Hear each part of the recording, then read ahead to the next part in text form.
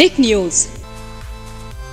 महाराष्ट्र सरकार के हाथ से दो बड़े प्रोजेक्ट चले जाने के बाद महाराष्ट्र सरकार पूरी तरह से घिर गई है। न सिर्फ अभी तक मनसे के नेता राज ठाकरे बल्कि अब एनसीपी के नेता भी जमकर निशाने साध रहे हैं सीएम एकनाथ शिंदे पर। जी हां, महाराष्ट्र में सियासत दो बड़े प्रोजेक्ट को लेकर, सेमी कंडक्टर से जुड़ी प्रोजेक्ट को लेकर सबसे ज़्यादा निशाने पर है। और इस वक्त आपको बता दें, भाजपा और शिंदे गुट इस वक्त निशाने पर इसलिए है क्योंकि उप मुख्यमंत्री की कुर्सी पर देवेंद्र फडणवीस बैठे हैं और एकनाथ शिंदे ने शिवसेना गुट छोड़ने के बाद उद्धव ठाकरे को धोखा देने के बाद जून में नई सरकार भाजपा के साथ मिलकर बनाई।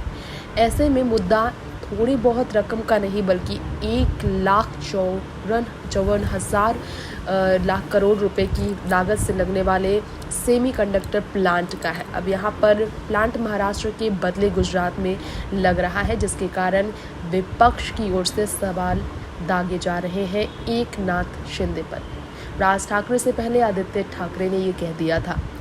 एनडीए गवर्नमेंट ने फाइनल स्टेज पर दो बड़े इस प्लांट को लाने में पूरी की पूरी कामयाबी बटोरी, लेकिन फाइनल स्टेज पर आने के बाद जब सत्ता की कमान एकनाथ शिंदे के हाथ में गई, शिंदे की भूल की वजह से, लापरवाही की वजह से महाराष्ट्र से गुजरात चला गया वो दो प्लांट जो कि महाराष्ट्र में बड़े तादाद में युवाओं को रोजगार दे सकता था।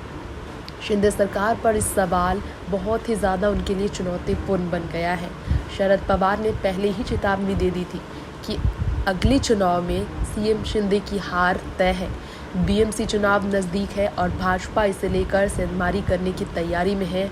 इसके बावजूद बीएमसी चुनाव में इसका नुकसान भुगतना पड़ेगा सीएम शिंदे को, भाजपा को, क्योंकि अभी तक बीएमसी का ताकत जो है, बीएमसी का पूरा इस वक्त हाथ में है कमान सिर्फ और सिर्फ उद्धव ठाकरे के, शिवसेना के हाथ में, और उद्धव ठाकरे की ओर फिर से ताकत बढ़ रही है।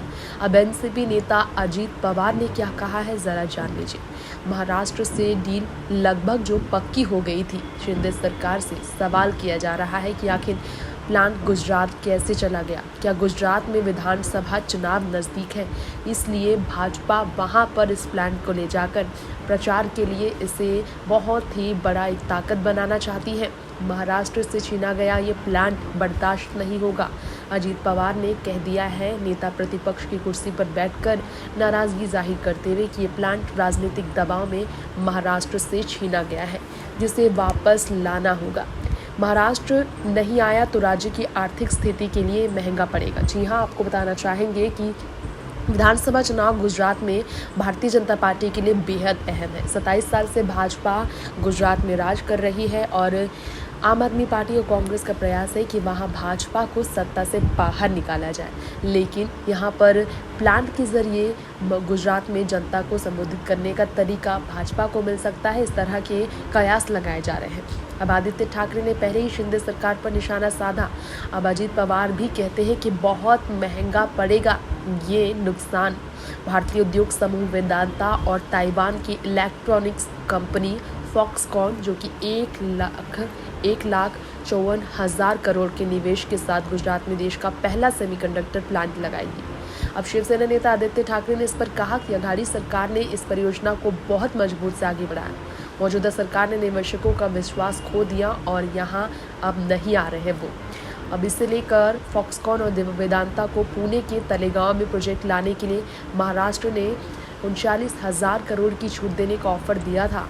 अब गुजरात सिर्फ 29,000 करोड़ रुपए का ऑफर दे रही है और गुजरात सेमीकंडक्टर की पॉलिसी बनाने वाले इकलौता राज्य बन चुका है। बढ़ती प्रावधान भी किए हैं। बताया जा रहा है इसे लेकर न सिर्फ राज ठाकरे खफा है, अजीत पवार से लेकर शरद पवार से लेकर आदित्य ठाकरे भी बिल्कुल खिलाफ है एकनाथ शिंदे और देवेंद्र फडणवीस की। टेक न्यूज़ से तृप्ति की रिपोर्ट।